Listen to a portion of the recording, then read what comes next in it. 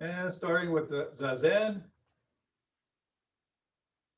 stay that or cross-legged, or if you need to sit on in a chair, if you're on a hardwood floor or something, cushion or a chair. The main thing is that the back is straight. So, for example, if you're actually sitting in a chair, you don't want to be using the backrest. You want to sit on the sit bones and you're self-supporting.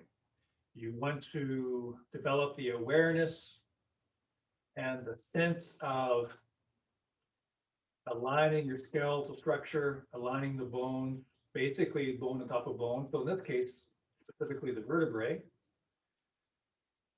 so that you're not holding yourself up muscularly. You just use the, what I call the girders of the body, the bone. So you have to build the girders, align the girders, and then you don't have to hold yourself up muscularly. One thing that I always like to remind ourselves, a phrase I really like to use, the bones are the weight-bearing instruments of the body, not the muscles. The muscles are designed for movement, to make movement happen, but the muscles aren't designed for structure, so to speak. That's the bones' job. The bones and the skeleton, they're designed to carry the weight. That's what they're there for. So they're like the girders of a building. We don't want the drywall of the building trying to hold itself up. And it's not the plumbing that holds the building up. But as humans, it's like if we're a building, the building's trying to hold itself up with the plumbing or the drywall. The muscles aren't designed for that. It's the girders that are the weight-bearing beams, the weight-bearing instruments. So give the weight over to our inner girders, the girders of the body, the bone. Give the weight over to the bones, let the bones carry your weight, not your muscles. But then, of course, our work is the awareness and the intention to align those girders, align those bones properly, basically vertically, so that they can be a good support. If I'm, for example, not aligned vertically, I have bad posture, whether it's because I'm slumped this way or if I make something really exaggerated and silly like this, I'll do this shape here because here it's obvious I'm going to be having to use my muscles to hold myself up. Of course, it applies if I'm standing as well. If I'm really do something really askew, it's very obvious I have to be using my muscles to hold myself up. And those muscles are going to get tired. And if I always stand this way or sit this way, the muscles become chronically tight because they're always having to hold you up. They're not designed to do that, so they're going to be always getting tighter. So here the muscles will have to hold me up. But if I align myself with gravity, vertical skeletal structure, I align myself, my muscles no longer have to hold on. My muscles no longer have the job of having to hold me up. That's not their job anyway. So if I can come to good, if I don't have good alignment, the muscles have to take the work. So I have to use my awareness and my intention, and you get better and better at that, align my skeletal structure so my muscles can just literally relax off the bone. Bones are the weight-bearing instruments of the body.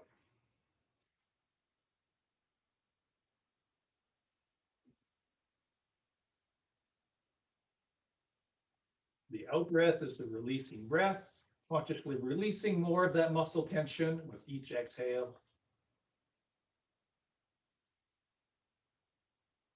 Of course, a couple of things structurally that we want, get that alignment.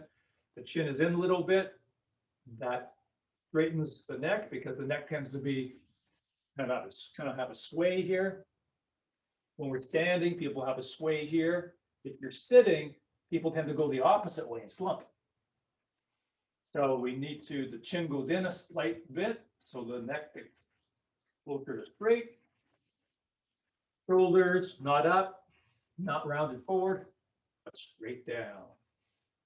When we're sitting, we have the pelvis slightly tilted forward to elongate the spine and to prevent the slumping back.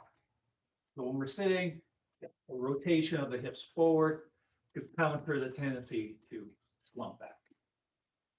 So shoulders down, chin in a little bit, hips rotated forward slightly, belly released, allowing weight to settle underside. And that really means letting the muscles hang off the bones, let the bones do their designed work to hold our weight. And slowly coming up, maintaining that alignment.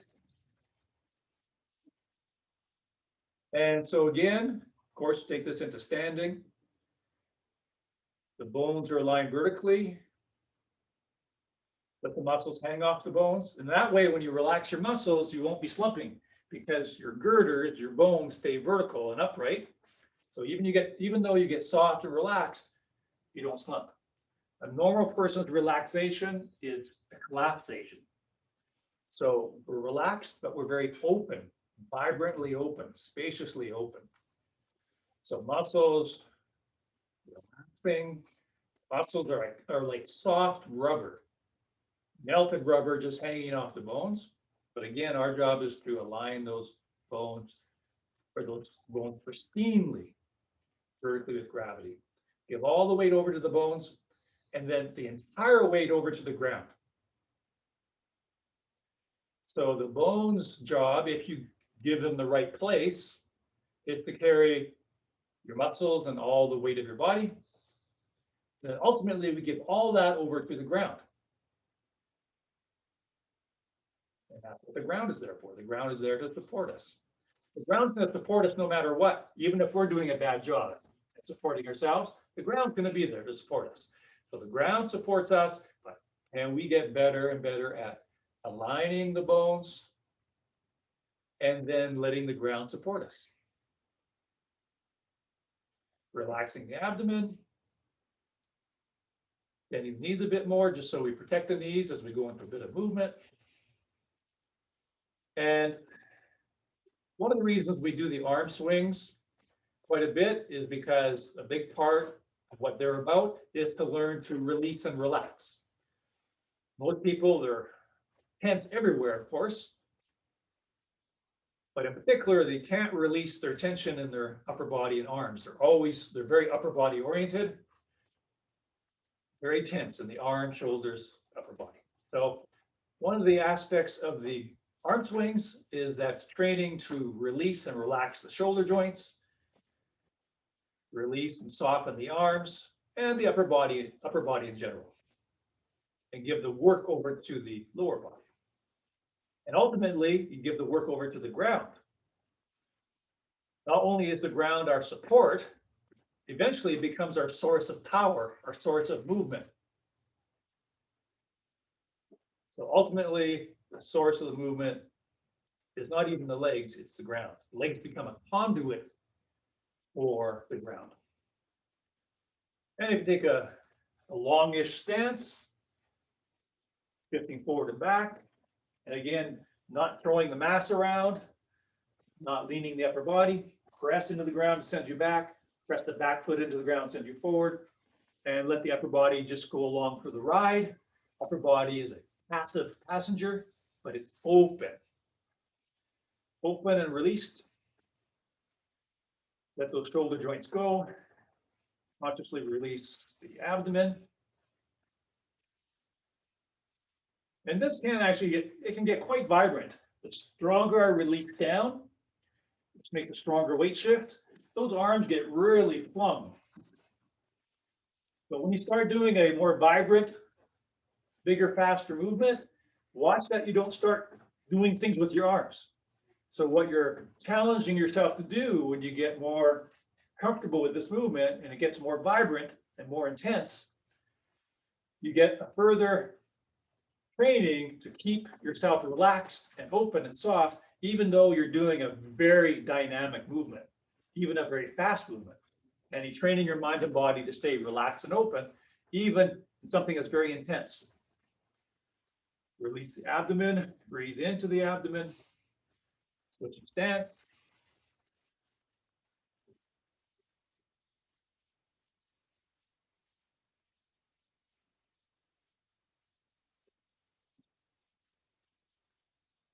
And letting gravity take those arms.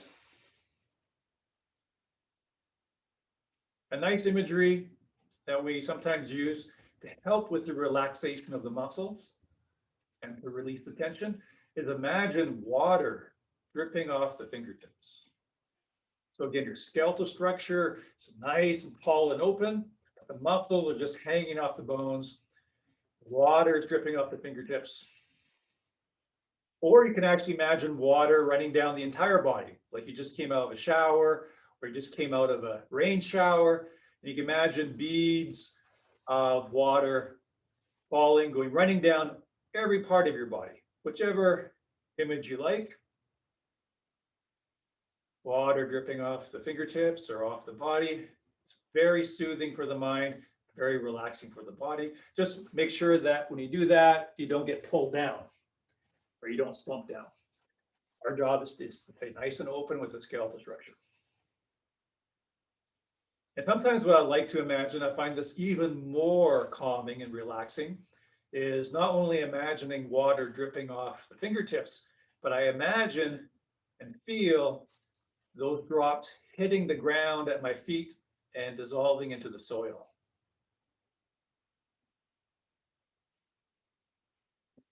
Now, I'd like to give one other imagery that we often use. It comes more from the Aikido background.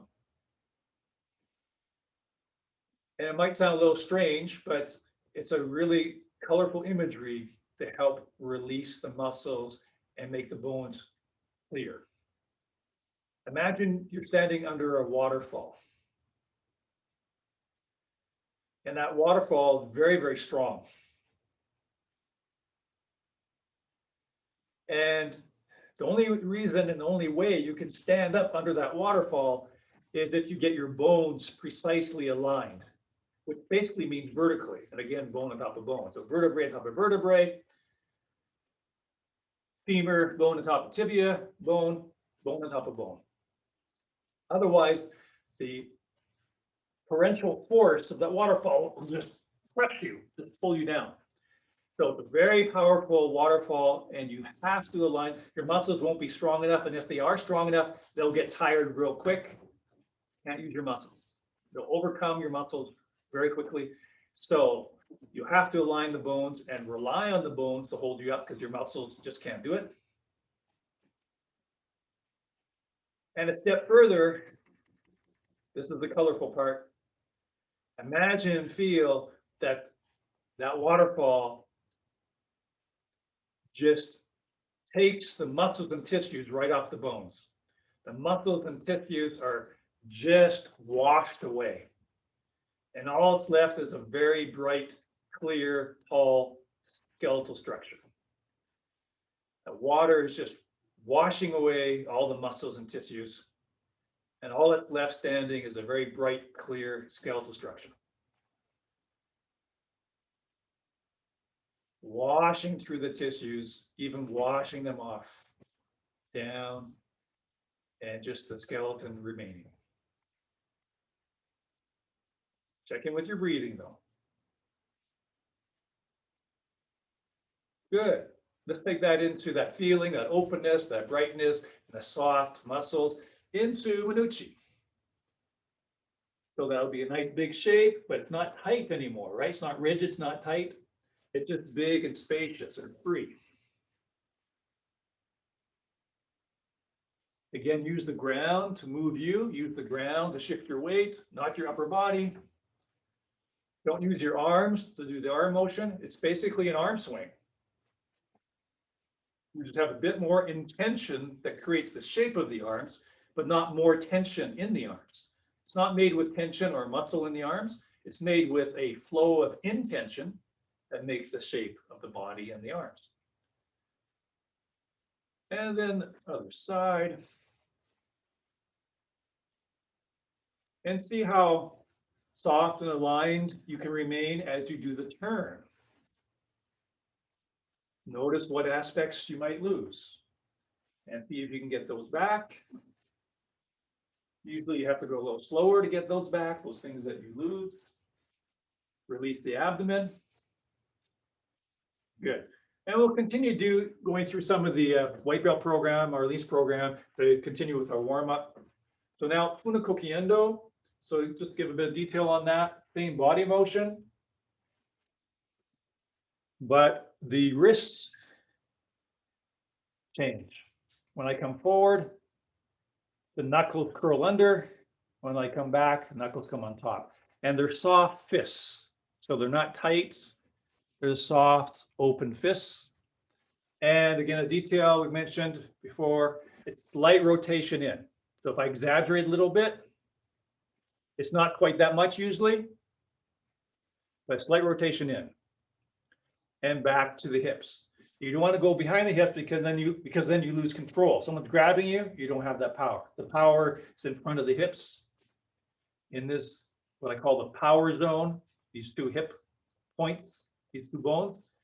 That's your power zone. That's where you hold a baseball bat, hockey stick. That's where you do a basketball chest pass. It's here in front of center line or in the power zone. So it stays here in front of the hip points. Again, I don't want to lean. Back heel stays connected to the ground because the back heel is where you're getting the power from the ground. So I don't want to lose that power point. So the hips are driven forward. So again, the upper body is sliding as if it's on a rail. And the hips are part of that. Hips and upper body are on a rail, so there's no tilting. Now, the reason why we want a slight rotation in, and sometimes a large rotation in, those of you that have done some Aikido for a period of time, you know, sometimes we'll grab both wrists, grabbing both wrists. And so having that rotation in dissipates their strength. It disrupts their alignment, the strength and integrity of their alignment. If I just went in like this, I could run into their power. Although you'll remember, we also train ourselves to slide under their power. That's why a lot of times we do this wave action here. We're coming underneath their power, not going into their power. So yes, we want to slide underneath on the edge of their power. They're grabbing strong here. You slide along the edge of their power, which is basically a downward braid. And we can add another vector, a rotation, a spiral. So we have this sliding underneath the edge of their power. And if we rotate in, that's another vector that changes their structure. So if I'm the person grabbing, if I'm Uke, and they add that rotation, it does this, right? If you're grabbing someone's wrists and they do that rotation, your grip and your arms are then made into this position here. And you see how that compromises the other person's leverage and their alignment. As the arms, wrists are rotating in, grabber is being affected, their structure is being affected. And also they're sliding underneath the power. So you really compromise their power structure and alignment with a very small movement. And with the Tenkai, with the turn. And so Marlene, that's shifting back, turning on one heel, turning on the other heel, shifting forward, shifting back, turn, turn.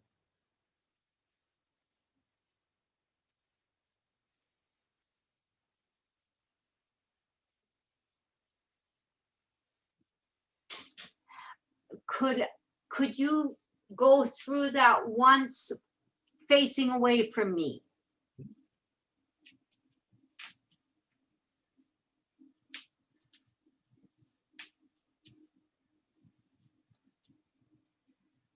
Got it. So the arm action and the hands and wrists. More experienced people release the abdomen, hang the hips. Release and lengthen the lower back. In other words, the tailbone is slightly, ever so slightly tucked, which really means really just pointing straight down.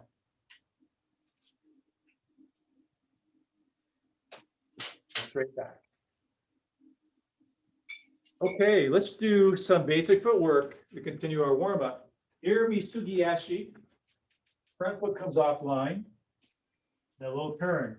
So what we want right now is 45 degrees. Our front foot comes offline. We're getting out of the way and turning out of the way. And the weight stays in the front leg. We're maintaining a forward stance right now. The other times we have a back stance. We have lots of options. But right now, we're maintaining a forward stance, forward attitude. So the weight stays forward in the left leg. And that's just slightly forward, 70%. Offline with front foot, 45-degree turn. And we're just going to keep this ready position. So the fingertips are tilted slightly up. Elbows are rolled forward. That keeps the arms out in front and the shoulders down, covering center line. So we have a clear sense of our space. We have a strong personal bubble. And physically and energetically defining our space. Strong body language. This is my space. Okay, so we maintain that shape and that structure as we come offline and do a 45-degree turn. Okay, so we do offline, hold that position for about 2 seconds or so to do any self-correcting. Maybe I'm leaning, maybe I've collapsed. For more experienced people, you have to pay particular attention that you're not one-sided or one-armed. Typically, the backhand isn't as attentive, isn't as alive. So you want your awareness to be equal through both sides of the body, both arms, both hands, equal awareness, equal aliveness, equal viability. Okay, so let's do a few together. Each.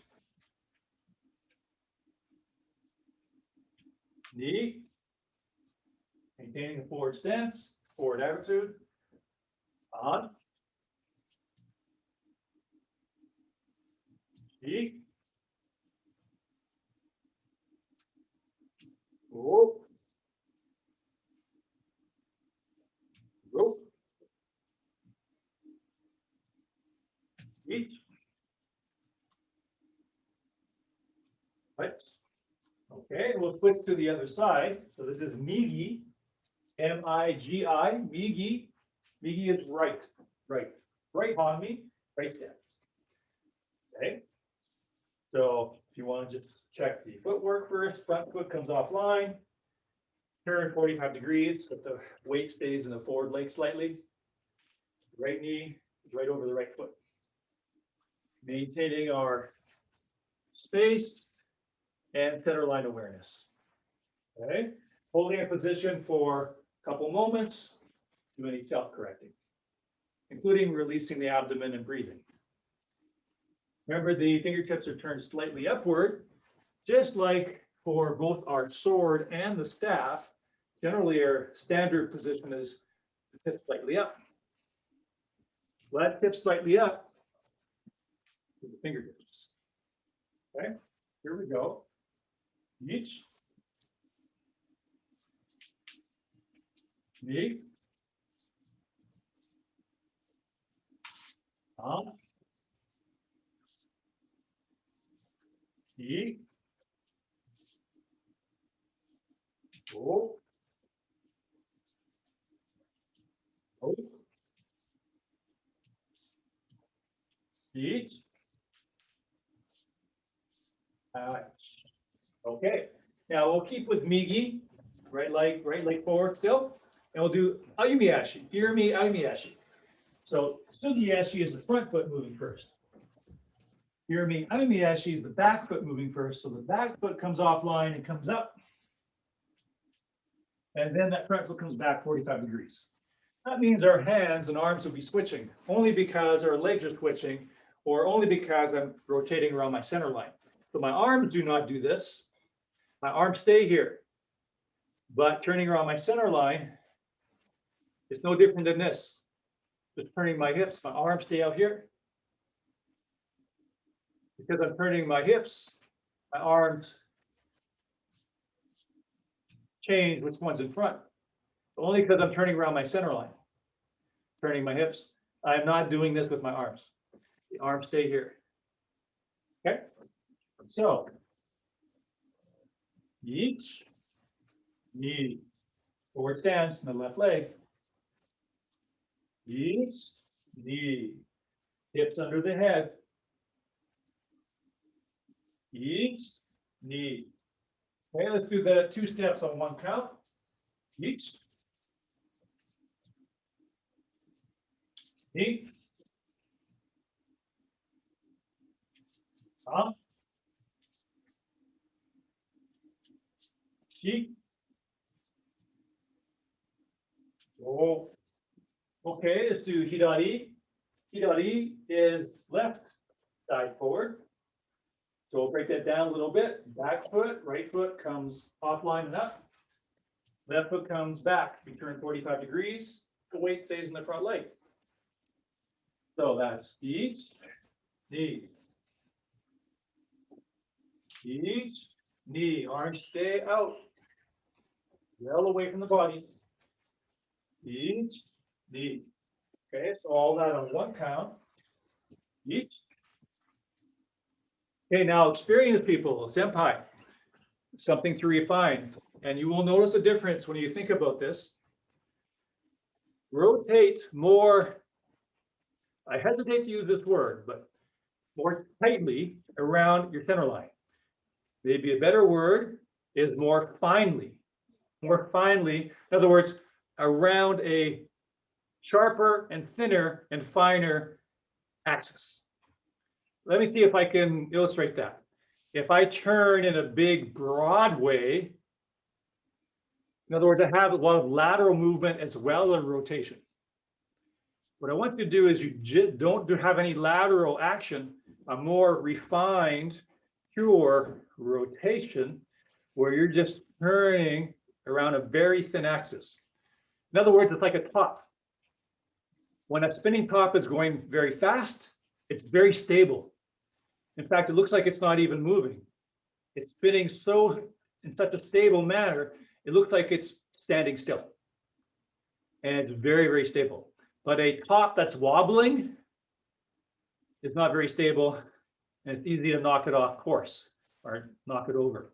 So instead of being like a top, of course I'm exaggerating, a wobbly top, I want to be a finely spinning top. So when I do my switching of the feet or turning around the axis, rather than having some lateral deviation, lateral traveling, I just want a clear, sharp rotation around a very fine, thin axis. So when you're doing this Ayumiyashi, see how tight, not tight in terms of physical muscular tightness, but how tight and sharp and fine your turn can be with no lateral traveling. Okay, that's something that's a very, very interesting exploration and refinement. Eat. Make it faster and smoother. Up. Eat. Go. Go. Eat. Touch. Now let's just do a few more on the other side so that senpai, you can work on that refinement. That there's no moving anywhere, you're just rotating around a very thin axis. Other side. Each. Eat. Huh? Eat. Go. Okay. Now, 7-2 program. Tokiho window into Sayu window. 2 beats. Again, the 2 beats are to relax and think your weight. Otherwise, you might be doing this. So maybe on the second beat, you get a little better at just relaxing. Relaxing down, not over. So if I just do stationary, think, think, think, think. Okay. So that's, again, cover center line awareness, sink, sink. Center line awareness. Sink, sink. Keep your weight flowing down the whole time, otherwise you bob and come up and you become light to be grounded even though you're stepping. Poke your hoe window. 1, 2, and then right into the other direction. 1, 2.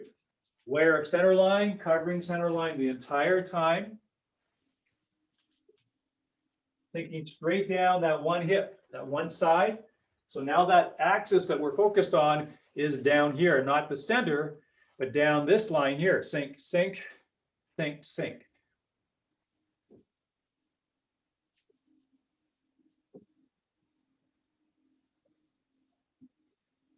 Keep your energy or the mind flowing through both arms equally the whole time.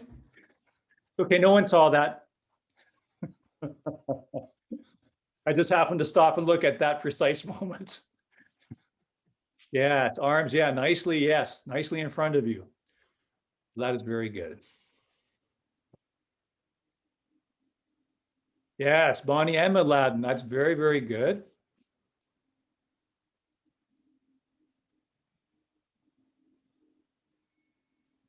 Okay, so Bonnie, I'll tell you what I really like about what I'm seeing you doing, okay?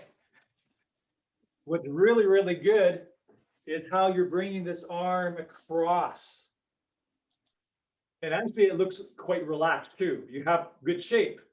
And it seems like it's just there, kind of laying there relaxed. So that relaxation, that softness is nice to see. And yet you still have that shape. But what I really noticed that I really enjoy seeing is how you're having that come across your center. Because typically people kind of let that trail behind and maybe it catches up, but it's open for one thing and it's not integrated. It's not in the power zone again. Outside the power zone. So what's really nice is you have really good alignment there. Now, to help with the balance, have a sense that you're always hanging. The hips are always hanging. That's going to make your knees bend a bit more without trying to think of bending your knees. You can bend your knees and that will drop your center of gravity. That will help. But that can be a kind of a mechanical, intellectual thing, and it may not help that much. But if you think that your hips are always falling or you're always hanging from that string, that will create a lot of natural stability. Okay, so try that a bit more. That's really good alignment coming across your center there. That's right, Mike.